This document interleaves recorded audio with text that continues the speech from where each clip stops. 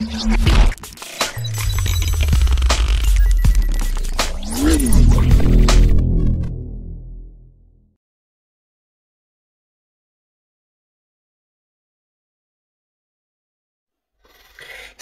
à tous, on se rejoint aujourd'hui pour une nouvelle vidéo de test avec aujourd'hui un mini téléphone, le Cubo King Kong Mini 2 Pro. Donc un petit téléphone, bon j'ai perdu le fil, je sais pas si ça va être en raccord là. Un petit téléphone, oui, qui est rikiki, voilà. Donc Cubo qui, bon ils n'ont pas suivi la tendance parce que, si, à moins qu'ils disent des bêtises, mais c'est eux qui ont commencé à lancer le concept. Donc là, j'ai le Cubo Pocket. Je sais pas si je crois que c'est le premier que j'avais eu celui-là. Donc là, le Mini 2 Pro, le Mini 3 Pro va arriver bientôt sur la chaîne. Bon, pourquoi pas. Je trouve qu'ils sont super mignons, super jolis.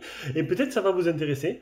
On ne sait jamais, il y a peut-être un marché dessus. Donc là, c'est une sorte de rugged phone en petit. J'ai le même en Mordal, en plus classique, en style Vertu, un peu plus épais que le Pocket, ce que je ferai par la suite. On va commencer directement par les caractéristiques et le design.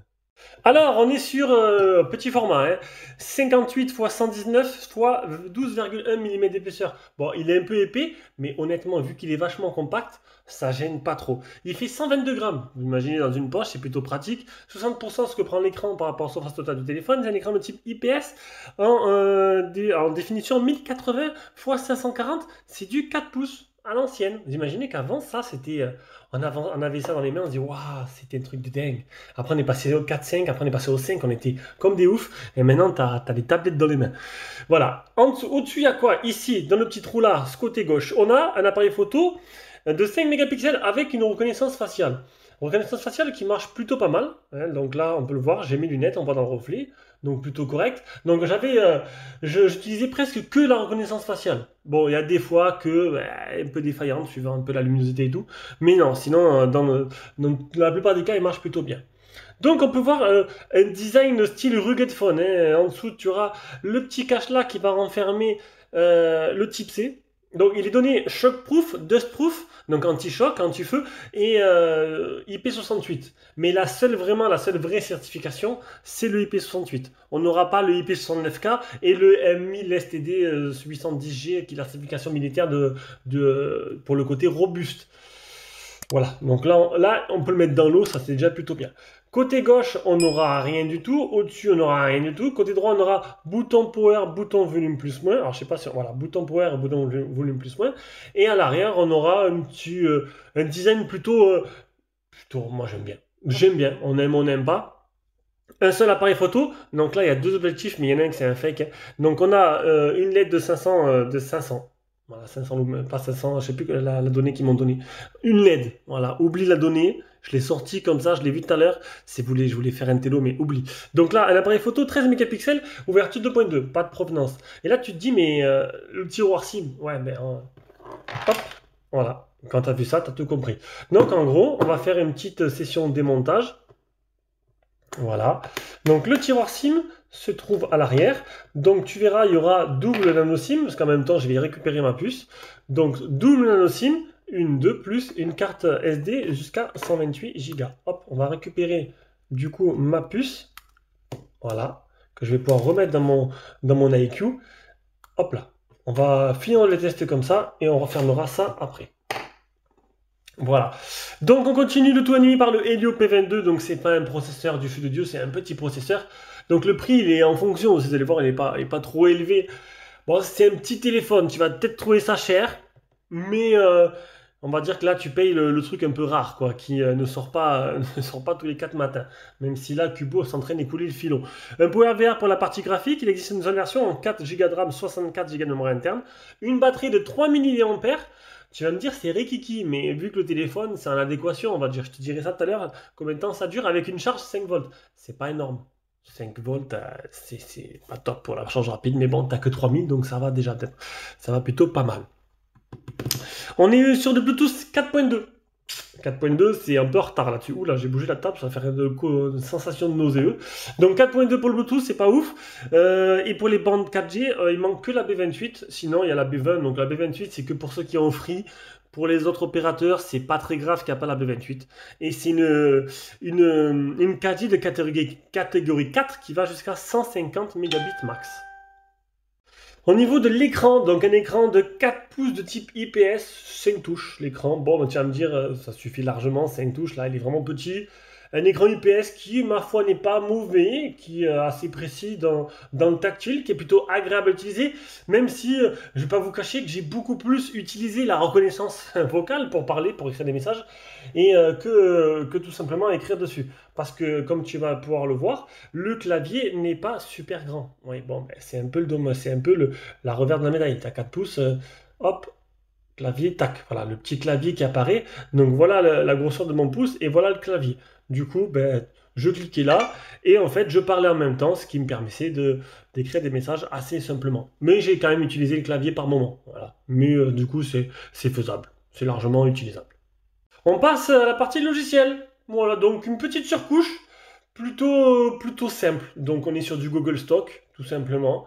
Une optimisation qui n'est pas dégueulasse, hein. On est sur du... Vous allez voir, c'est pas un gros processeur, mais je trouve que ça va.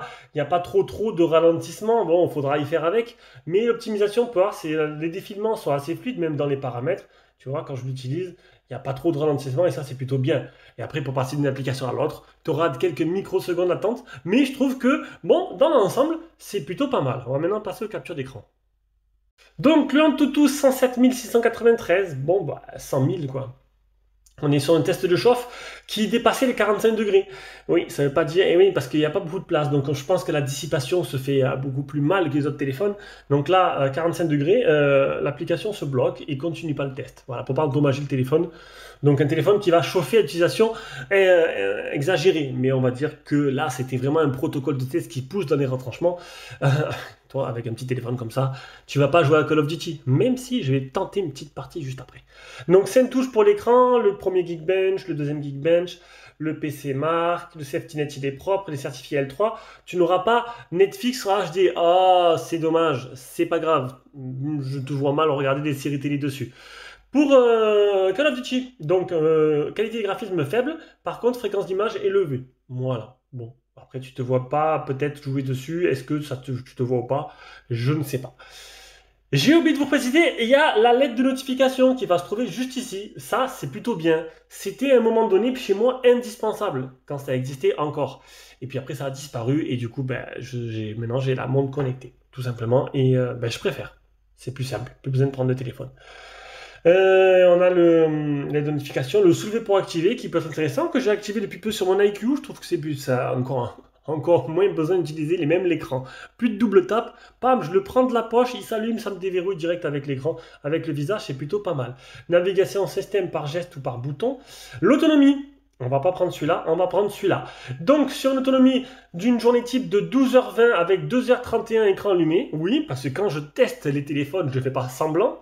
Voilà, j'ai utilisé 2h31 écran allumé, j'ai fait toute la journée, comme si c'était mon téléphone. Avec ma puce perso, je me suis promené avec. Alors, je vous avoue que je préfère ce genre de petit téléphone que les gros rugged phones qui me pèsent 3 tonnes dans la poche. Là, c'était plutôt pratique, surtout au travail, et c'était plutôt agréable, j'ai envie de dire. Donc, il me restait, c'est une journée max. J'ai utilisé 83% sur une journée type. Donc, c'est un téléphone que tu vas devoir recharger tous les soirs. Voilà. Je pense que, vu le gabarit, si tu mettais une batterie de 6000 mAh, c'était un pavé le truc. Déjà qu'il n'est pas gros, si en plus il est épais comme as. Voilà, bon, une journée tous les soirs. C'est un petit téléphone, c'est un rugged phone. Alors peut-être préférer du coup ce modèle-là, que je testerai par la suite, qui est quand même un peu plus classieux, qui fait penser aux vertus, et qui est un peu plus classieux, je trouve, un peu plus joli. Voilà, en entendant les nouveaux qui arrivent.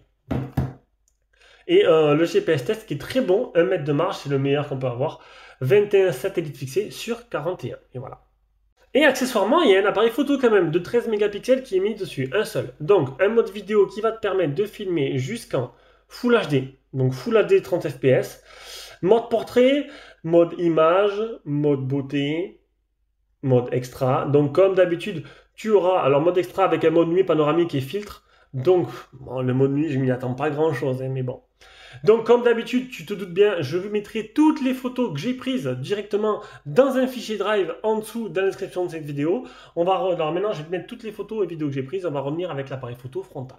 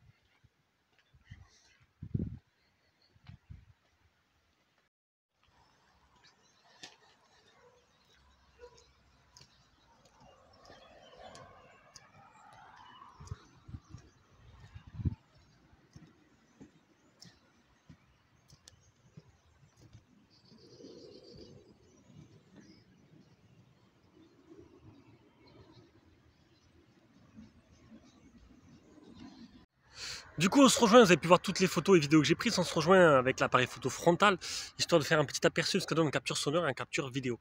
Donc, allez, on arrive à la partie son. Alors, le son en communication, il est très bon. Quelle surprise! Voilà, franchement, le son en communication, il est très bon. On va maintenant écouter le haut-parleur qui va se situer à l'arrière du téléphone, juste là. Attention, c'est parti.